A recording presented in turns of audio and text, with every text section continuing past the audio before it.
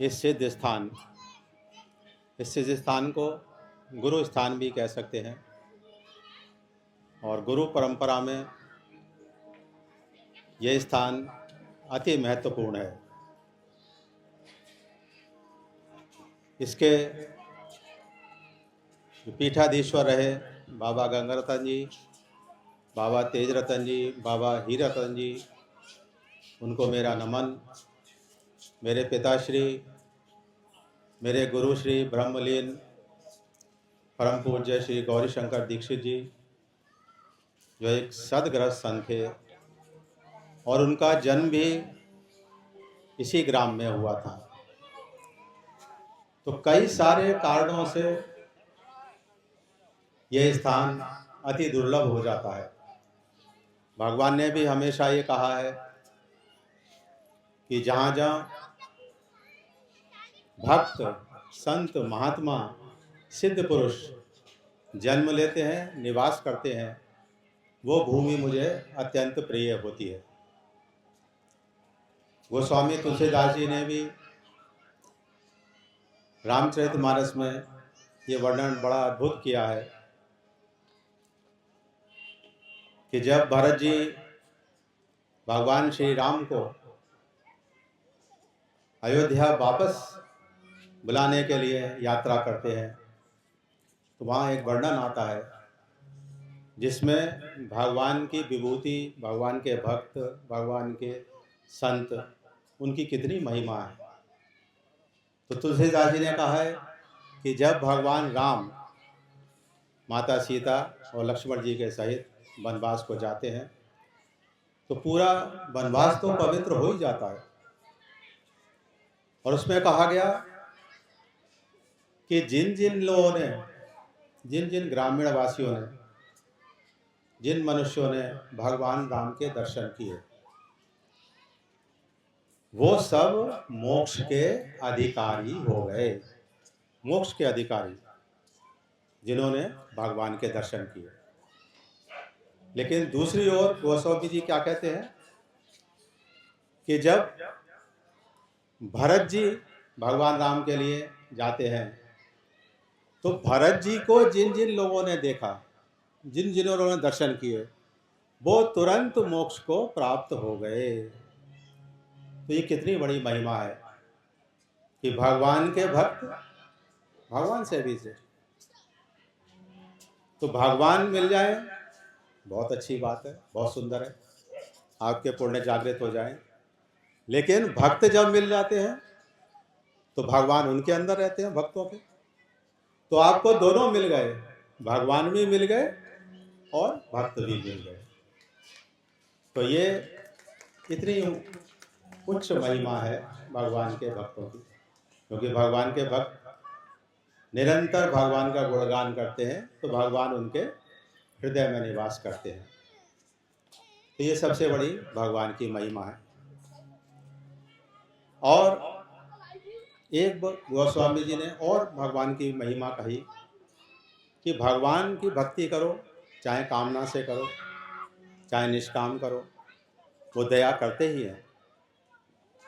भगवत गीता में भी उन्होंने 4 प्रकार के अपने भक्त बताए। पहला अर्थार्थी भक्त, क्योंकि संसार में जो प्रारब्ध के अनुसार हमने जन्म लिया है, अपने अपने भाग्य को हम भोग रहे हैं, तो हमें ये सारे सांसारिक कष्ट भी सहने पड़ेंगे, सुख दुख दोनों आएंगे। तो इनसे कष्ट पाकर ये जीव परमात्मा की ओर देखता है कि मेरा कहीं तो निदान हो। तब वो भगवान से प्रार्थना करता है कि मेरे जो ये भाग्य में सब कुछ लिखा है, जो ये कष्ट लिखा है, ये कैसे कम हो, हे प्रभु इसको प्रार्थना, मैं आपसे प्रार्थना करता हूँ, इसको कम करो। तो गीता में देखिए आप, अर्थार्थी, जबकि हम लोग कहते हैं स्वार्थी नहीं होना चाहिए, स्वार्थी नहीं होना चाहिए, परमार्थी होना चाहिए। लेकिन भगवान ने उस अर्थार्थी भक्त को भी भक्त कहा है। कहा है 4 प्रकार के भक्त,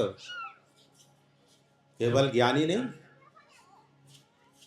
अर्थार्थी को भी उसका कारण यह होगा कि भगवान कहते हैं ये कम से कम मेरे से तो प्रार्थना कर रहा है, और जो मेरे से प्रार्थना करता है वो मेरा भक्त है।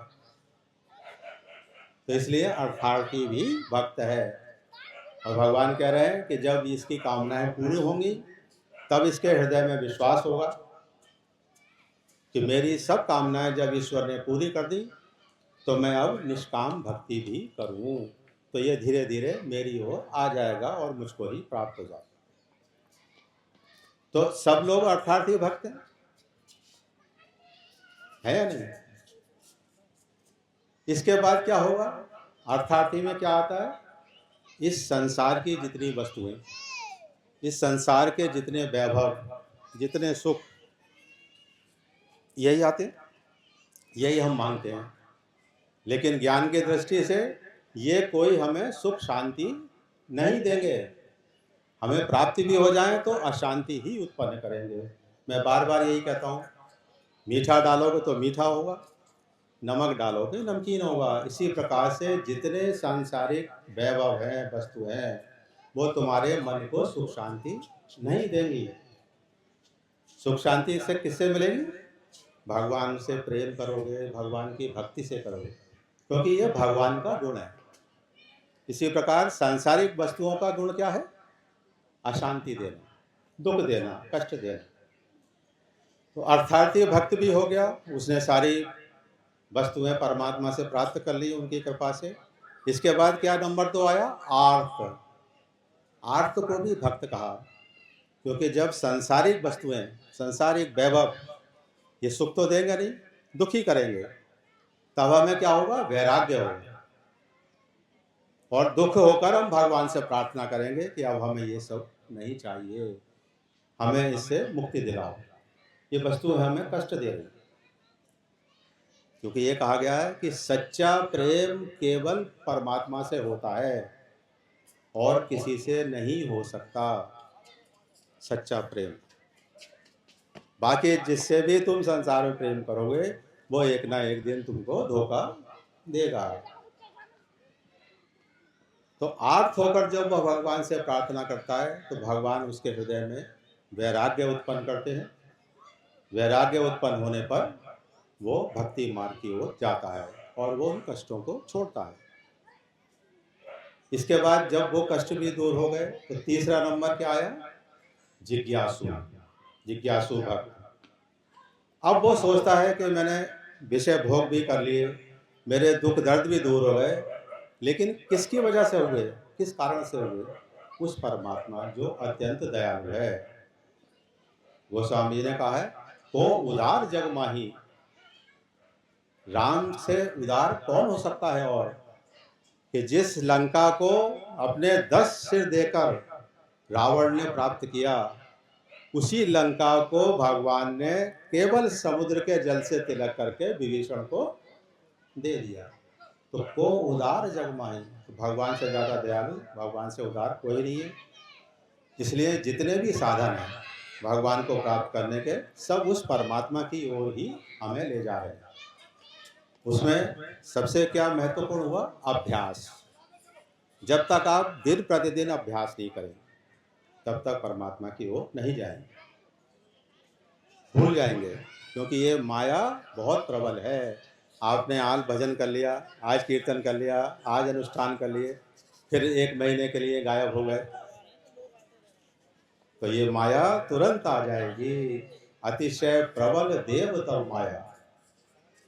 सुग्रीव भगवान राम से कह रहे हैं कि आपकी माया बहुत प्रबल है, ये तो बड़े बड़े मुनियों को भी भ्रमित कर दिए, मैं तो क्या चीज़ हूँ। ये प्रसंग बहुत सुंदर है, कभी सुनाएंगे। तब वो जिज्ञासु के रूप में उस परमात्मा तत्व को जानना चाहता है कि अब परमात्मा क्या है, अब मैं उसे जानूंगा। ये सब मैंने देख लिया, ये मेरे किसी काम का नहीं। और उस जिज्ञासा में, जैसे हमारे श्रद्धेय धीर शानदास जी अभी गुरु की महिमा के भजन सुना रहे थे, तब उसे इच्छा होती है कि मुझे कोई मार्गदर्शक मिले, मुझे कोई गुरु मिले। अभी तक नहीं मिले, अभी भगवान से ही प्रार्थना कर रहा है, उसने भगवान को भी नहीं देखा। जिज्ञासा होने पे गुरु की प्राप्ति होगी।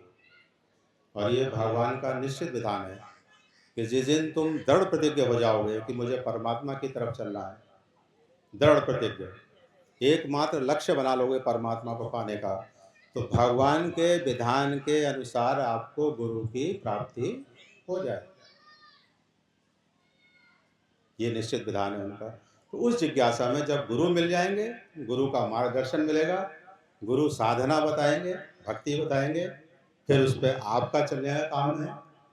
जब भगवान की कृपा होगी, इसमें भी एक महत्वपूर्ण तथ्य आता है कि आप भक्ति कर रहे हैं, भजन कर रहे हैं, बहुत सारा कर रहे हैं, ऋषि मुनियों ने हजारों साल तपस्या की, तो भगवान का प्रेम और भगवान की भक्ति ये भगवान के ऊपर ही निर्भर करती है।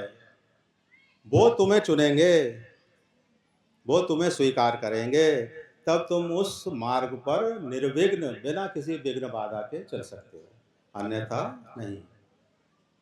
एक सीमा तक हमारे प्रयास रहेंगे, एक सीमा तक, उसके बाद भगवान तुम्हें चुनेंगे, और जब भगवान चुन लेंगे तो आपकी भक्ति निर्विघ्न संपन्न होगी और आप परमात्मा तक पहुंच जाएंगे। तब आप क्या हो जाएंगे? चौथी श्रेणी में ज्ञानी भक्त। ज्ञानी क्या होगा? कि सब में परमात्मा ही व्याप्त है, सब कुछ उसकी प्रकृति के अनुसार हो रहा है। हमारी जितनी गतिविधियां जीवन की हैं वो प्रारब्ध के अनुसार ही हो रही हैं।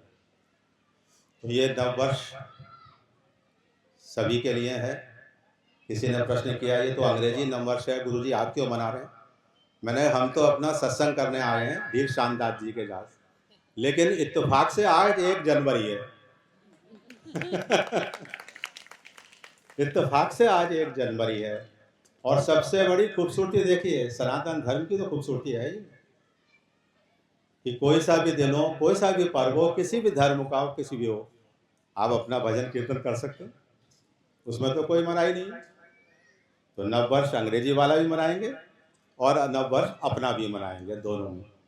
तो ये हमारे सनातन धर्म की कितनी बड़ी सुंदरता है कि वो सबको अपनाता है, सबको अपनाता है। और सबसे बड़ी सनातन धर्म की क्या विशेषता कि आप भगवान को ना माने, नास्तिक भी हो, तो भी आप हिंदू ही कहलाएंगे, तो भी आप रह सकते हैं। चाहे आप सगुण साकार को माने, चाहे आप निर्गुण निराकार को माने, तो भी आप सनातन धर्म के ही अनुयायी कहलाएंगे। जिस मार्ग को अपनाएं, जिस विधि को अपनाएं, वो भी छूट है, किसी भी विधि से जाएं, लेकिन क्या महत्वपूर्ण है? आपकी लगन, आपका उत्साह। और जो सबसे महत्वपूर्ण बताया अर्जुन को, अभ्यासेन तु कौन्तेय, अभ्यास। जब भगवान ने कहा ये तो योग अत्यंत दुर्लभ है और योग से ही मुझे प्राप्त कर सकता है, तो अर्जुन बोला फिर मुझे कैसे प्राप्त होगा? बोले अभ्यास। तो रोज आपको जब तक अभ्यास नहीं करेंगे तब तक परमात्मा की तरफ नहीं जाएंगे। तो ये नववर्ष में परमात्मा को प्राप्त करने का क्या है? भगवान ने गीता में कहा है कि दैवी संपदा के गुण आप अपने अंदर लाइए। दैवी संपदा, तो भगवान ने 3 प्रकार के बता दिए। दैवी संपदा वाले गुण, जिनमें क्षमा, दया, आर्जव, सरलता। भगवान सरलता को करते हैं। मोहे कपट छल छिद्र न भावा, सरलता। धृति, तेज, शौच, जिसमें पवित्रता हो आपके अंदर, ये सब गुण अपनाएंगे तब परमात्मा आपको चुनेंगे। वैसे तो सब हम उन्हीं के अंश हैं। दूसरी आती है आसुरी प्रवृत्ति के लोग, दंभ, अभिमान, दर्प, अशौच, अज्ञान, ये कौन है? आसुरी प्रवृत्ति। तो हम जब जिसका अभ्यास करेंगे तब तक उससे नहीं निकल नहीं पाएंगे। अगर आसुरी प्रवृत्ति में रहेंगे तो नहीं निकल पाएंगे। तीसरी कैटेगरी, जब भगवान कहते हैं मुझे दुष्टों का संहार करना है, वो कौन सी प्रवृत्ति है? राक्षसी। राक्षसी प्रवृत्ति में क्या आ गया? तामसिक प्रवृत्ति, मदिरा, अत्याचार, हिंसा, क्रूरता, बिना बात किसी को कष्ट देना, ये सब कौन सी प्रवृत्ति हुई? राक्षसी। इन्हें कहते हैं खल। उनके विनाश के लिए भगवान आते हैं कि जब इनको बदलने का कोई उपाय ही नहीं है इनके स्वभाव को, तो भैया इनको बदलो, इनके शरीर को हटाओ, तब ये शुद्ध होंगे। तो नव वर्ष में सब लोगों को यही मैं कहूँगा कि अच्छे सद्गुण अपनाइए और बुरे गुणों को छोड़िए। और सबसे अच्छा, जैसे अभी धीर शानदास जी ने बताया, श्रीमद् भागवत में लिखा है कि हमारे 4 युग हैं, सतयुग, त्रेता, द्वापर और कलयुग। सतयुग में क्या था? ध्यान करते थे लोग, करते ध्यायतो विष्णु। उस समय ध्यान करेंगे, कोई कर्मकांड नहीं है, कुछ नहीं है, भगवान का ध्यान। और अगर दर्शन की दृष्टि से देखें तो परमात्मा का जो दर्शन होगा या परमात्मा का जो अनुभव होगा वो ध्यान में ही होगा, वैसे नहीं होगा।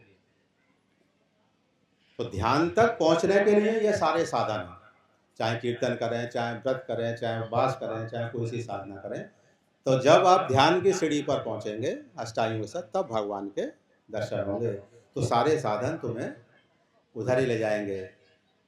तो त्रेता युग में क्या आ गए? यज्ञ,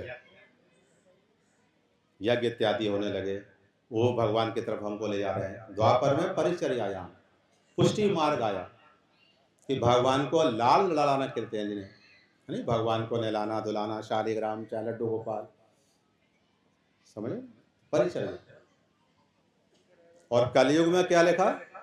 ना आचार्य मिलेंगे, ना मंत्रों का ज्ञान होगा, ना सामग्री मिलेगी। आज हवन या कर्मकांड या अनुष्ठान जब क्यों नहीं सफलता देते? क्योंकि उसमें ना मंत्र है, ना स्तोत्र, ना कवच, कोई शुद्ध नहीं है। जो सामग्री चाहिए वो भी नहीं है, तो कैसे हो? तो सफलता संदिग्ध हो जाएगी। और अगर सब चीज़ सही है तो सफलता अवश्य मिलेगी। जैसे महाराज दशरथ के यहाँ भगवान राम का अवतार हुआ, तो एक बार ही तो पुत्रेष्टि यज्ञ हुआ, एक बार यज्ञ से ही उनको संतान की प्राप्ति हो गई। तो स्वयं देवी भागवत में तो अगर यही कहा गया कि अगर कर्मकांड में जाओ तो विधि पूर्वक पूरे, अन्यथा भगवान का नाम लो। और सोचो कि मुझे अब हवन करना है, तो फिर एक एक चीज लाओ, एक एक चीज शुद्ध करो, तब उसे प्राप्त होगा। तो स्वयं देवी ने रावण के लिए कहा है, जब सब देवता ब्रह्मा जी इत्यादि पहुंचते हैं कि ये इसका संहार कैसे होगा, ये सबको कष्ट दे रहा है, तब देवी ने कहा कि मैं क्या करूं, मैं मजबूर हूं, ये कवच स्तोत्र मंत्र सब जानता है। तुम लोग सूखी लौंग चढ़ाते हो, ये हरी लौंग चढ़ाता है पेड़ से तोड़ के, कहीं कोई कमी नहीं छोड़ता, तो मैं इसे कैसे शाप दे दूं? मैं मजबूर हूं। तो कर्मकांड हो तो फिर रावण जैसा हो, जो मजबूर कर दे सब देवता को, अन्यथा भागवत स्मरण, जब कोई यज्ञ तप ये सब कीजिए। तो कलयुग में केवल है गया कि जब कोई भी चीज उपलब्ध नहीं होगी तो केवल हरि कीर्तन, हरि का नाम। और समय समय पर यह भगवान की व्यवस्था है। हर युग में जब जब लोग भूलते हैं भगवान के रास्ते को, तब तब कोई ना कोई अपनी विभूतियों को वो भेजते हैं। जैसे चैतन्य महाप्रभु आए, स्वामी हरिदास जी आए, वल्लभाचार्य आए, है ना, तो अनेकों लोग जब आते तो ये सब पूरा होता है। तो आज प्रयास यही है कि आप सब लोग अच्छे गुण अपनाएं। भगवान को अर्थार्थी भी पसंद है, लेकिन शर्त यह है कि आप भगवान से ही कहें। और जब वो आपकी प्रार्थना पूरी कर दे, तब सबसे पहले उनका आभार माने। कई लोग ये करते हैं, हे भगवान मेरा ये काम हो जाए, मैं ये चढ़ाऊंगा, मैं ये करूँगा, जब काम हो गया भूल गए, फिर कोई कष्ट आया तो हमारे गुरुदेव धीर शानदास जी ये कहते थे, काम हो गया तुरंत जाके थैंक्स बोलो भगवान को, तुरंत, शीघ्र। क्योंकि भगवान कहते हैं मुझे वो व्यक्ति सबसे बुरा लगता है जो आभार नहीं करता, आभार प्रकट नहीं भगवान को। भगवान राम लौट कर अयोध्या में आए, सबसे उन्होंने कहा, एक एक से मिलाया, बानर जो कि जनजाति हैं, वो क्या थे? भगवान राम के चीफ गेस्ट, मुख्य अतिथि। और सबसे कह रहे हैं भरत जी यहाँ आओ, शत्रुघ्न यहाँ हो, मेरे से पहले इनका ख्याल रखना, क्योंकि ये मेरे दुख के साथी हैं। सुख में तो सब खड़े हो जाएंगे, लेकिन ये मेरे दुख के साथी हैं, इसलिए मुझे मत पूछना, कोई बात नहीं है, लेकिन इनको कोई कष्ट ना हो। ये भगवान है, इसलिए भगवान को लोग भजते हैं, क्योंकि जो सद्गुण तुम्हें किसी अच्छे संत महात्मा में दिखाई देते हैं, उनकी जो असीम सीमा है, पराकाष्ठा, वो भगवान के अंदर है। कि आप अच्छे हो गए, ठीक है, अच्छे हैं, लेकिन भगवान बहुत अच्छे हैं, जो आप कल्पना भी नहीं कर सकते कि वो कितने अच्छे हैं। इसलिए हम भगवान की तरफ जाते हैं। दर्शन के हिसाब से हम उन्हीं से उत्पन्न हुए, वापस हमारी यात्रा उन्हीं की ओर जाएगी, और उसी के ये सब साधन हैं। और परम सुखी परम शांत तभी होंगे जब हम भगवान की ओर जाएंगे। और कलयुग में सबसे अच्छा ये नाम संकीर्तन है। इसमें किसी की भी कोई आवश्यकता नहीं है, खुद भी हरि कीर्तन करो, सामूहिक रूप से करो तो और अच्छा है। तो आज जय श्री राम। भगवान की जय।